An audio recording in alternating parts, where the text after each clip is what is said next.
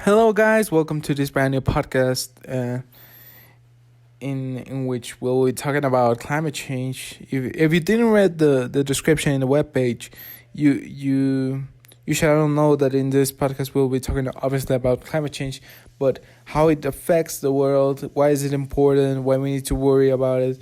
We will see the different perspectives of people that are related to climate change about the subject, and in the end I'm gonna answer a question that I'm gonna tell you later on in the podcast that I needed to create for this, and I needed to answer with all this investigation I did for the creation of this podcast.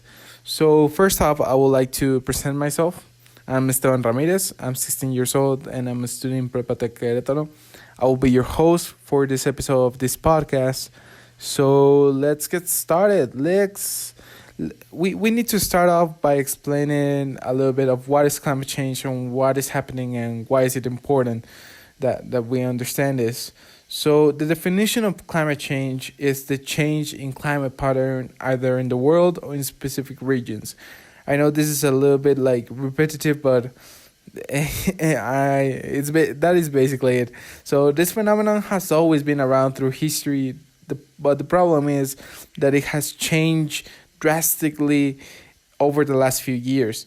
The reason that this is happening is the amount of pollution we are creating. For example, we created around 37.1 gigatons of carbon dioxide in 2018. In like a more regular number, that would be 37.1 billion tons of carbon dioxide, and that is 900 million tons more than in 2017. So this has caused a lot of consequences in the world. Some examples are that the temperature in the world has increased by 0.9 degrees Celsius since the late 19th century.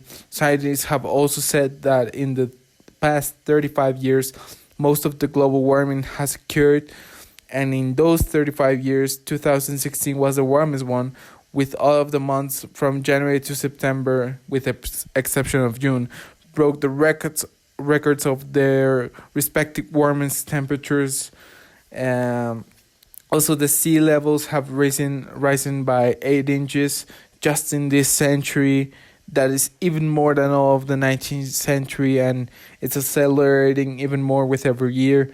The oceans have also become more acid since the Industrial Revolution. Their acidity has increased by 30% around approximately, and the amount of carbon dioxide absorbed by the upper layer of the oceans increases by 2 billion tons per year.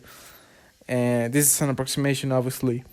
So all of the things that I just said are some of the few examples that I could find about how the climate change is affecting all of us. Some of you may ask yourselves, okay, everything you said is indeed happening, but how does that affect me? I mean, I haven't seen it change my life lately, and neither has the people around me have seen it. So technically, you are right, but at the same time, you're not. Yes, you probably have not seen any major changes in your life, but in other cities and villages, their weather patterns have changed completely. And this is something that will not just stay in those cities and villages that have been affected. This will start showing up in all the world, in every single city you can think of. So now I would like to start talking about the interviews that I did for this podcast, so you guys can listen different perspectives of persons that are relevant to this subject. I did 2 interviews for this podcast. The 2 persons that I interviewed were from 2 different demographics. The first one is a teenager between the age of 15 to 18, and the second demographic is a young adult between the age of 25 to 35. The reason I chose these 2 demographics is because it's basically the 2 generations that are more involved in this problematic, since the teenagers are the ones that are said to be the ones that will change everything, and the second demographic is the generation of the people that are like understanding the problem and actually trying to do something. So Our first interviewee, her name is Ana Paula Vega. She's 18 years old, and she's studying at Prepatec. She cares a lot about environment, so let's see what are her answers to these questions. So, my first question to her was, how many of the decisions that someone takes in their day or in their life you believe that they take account of how it will affect the world? I think that most of the times people don't really take into account how their actions will affect the world, and that is one of the main problems about how people are acting in response to climate change, for example. Now, the second question I asked to her was, how many of the decisions that you take in a day or in your life you think on how it will affect the ecosystem that you live in? Most of the time, I try to be very cautious of the actions that I make and try to measure how I act, especially towards the environment, how sustainable am I being, and in society, like how kind am I being to people. And also, yes, I'm trying to be a very, how do you call it, a very cautious and awakened person in this matter. My third question was, who are the people that you believe are really generating a change and really trying to stop the climate change, and why?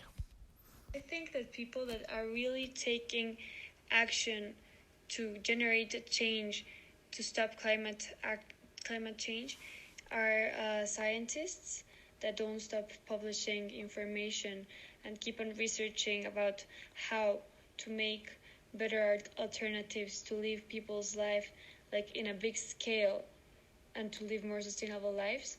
And secondly, I think it's the civil people that with their small actions throughout the day are making changes in their lives to be more sustainable. My fourth question was, what do you think is the biggest change we as a society need to do to stop this phenomena? Change we need in society right now is to stop using fossil fuels so much and plastic too.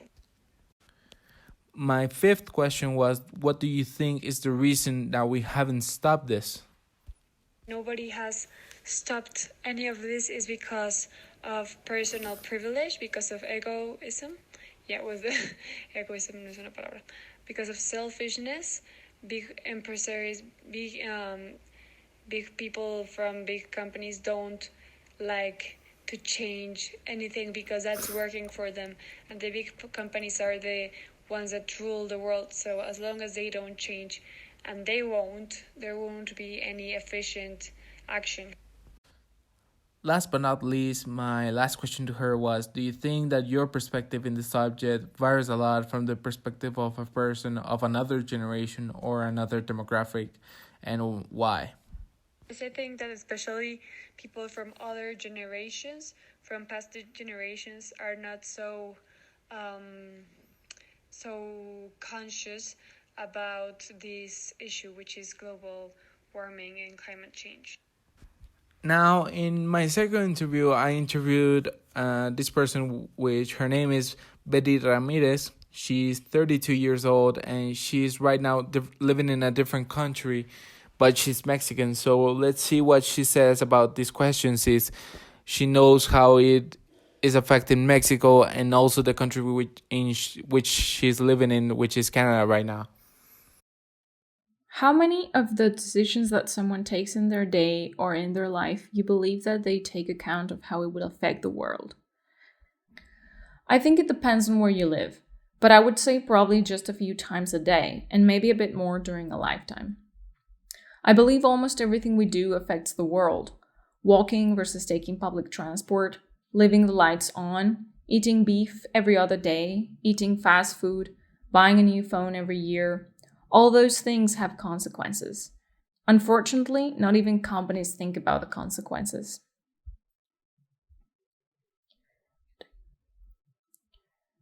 How many of the decisions that you take in your day or life you think on how it will affect the system that you live in? Sadly, probably not a lot. However, I make some conscious decisions about not wanting to own a car and walking to work every day. I also know that not everyone has that opportunity, but because I have that opportunity, I choose to walk to work. Similarly, I try to not eat a lot of beef and fast food. I do not often buy clothes. And when I do my best to research if the clothes are organic, local, and fair trade certified. I try to do the same about food. Who are the people that you believe are really generating a change and really trying to stop the climate change, and why? I don't follow a lot of the news or any particular people. I have heard about Greta, the Swedish girl who has been advocating for climate change for a few years now, which I think is great. I think she's a great role model for everyone, and particularly the next generation. Most importantly, the real people that are going to stop climate change are us. And the key people who are going to have a big influence on us are our close friends and family. What do you think is the biggest change we as a society need to do to stop this phenomenon? I think the problem with society is that we always look at it as a whole, but a society is made of individuals. The only way to make a change as a society is by making changes ourselves. Similarly, trying to solve a big problem can be overwhelming. Therefore, we must focus on the little details and start little by little. Saving the water in our houses, using other types of electricity, walk more and use the car less, not flying too often, have plants in our houses, have a sustainable wardrobe with a minimal quantity of items, cook at home, buy from companies that genuinely care about sustainability, help others in need, share a ride, buy things that will last more than 5 years, take a break to help clean the streets or the beach, etc. Looking at the big picture, the government plays a very, if not the most important role about how we collectively look at a problem like climate change. The government has the resources to introduce infrastructure, education, and changes to help the environment on a much bigger scale than we do. The same goes for companies. What do you think is the reason that we haven't stopped this? Money. I think some governments care more about the economy than the environment. Companies prefer to focus on big short wins rather than long sustainable ones. In terms of individuals, people don't realize the actual consequences. Sometimes we prefer to be lazy and choose the most convenient path as opposed to the most healthy one. Do you think that your perspective in this subject varies a lot from the perspective of a person of other generation or other demographic, and why? Yes, my parents didn't teach me a lot about climate change when I was growing up. Not because they didn't care, but because they didn't know much about it. And because for their generation, this wasn't a big issue, or at least not one that people used to talk about. Where we live also makes a difference. For example, the country I grew up in promotes the use of cars rather than bikes, promotes fast shopping for material things without offering a sustainable solution. Consumerism is one, if not the biggest problem with climate change. There's unnecessary packaging for newly purchased items. Companies invest in marketing to persuade people to buy the latest products. Having the biggest and newest 6K TV, the new phone that comes out every year, the new laptop. But we don't stop to think where we can recycle them. And how much longer are these things still useful for? So to end this podcast, I was asked to create a question before recording this, and I need to answer it at the end of this podcast. So the question is, how much does the culture of the people affecting the climate change, and how does it affect it? So now with all of this that I've shown you, all the information, all the interviews, I definitely can say that the culture affects a lot in the climate change.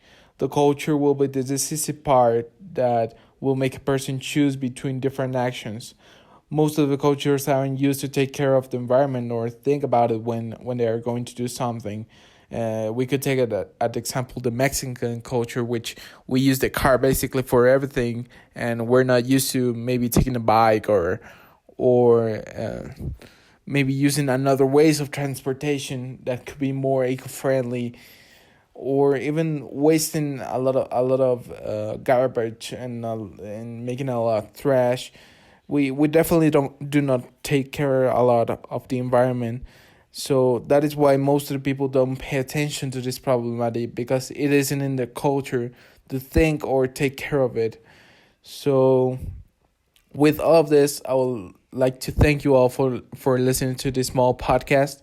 I hope you enjoyed it and learned a little bit, or well, I hope you learned a lot from me and from all of this. So thank you so much and have a great day.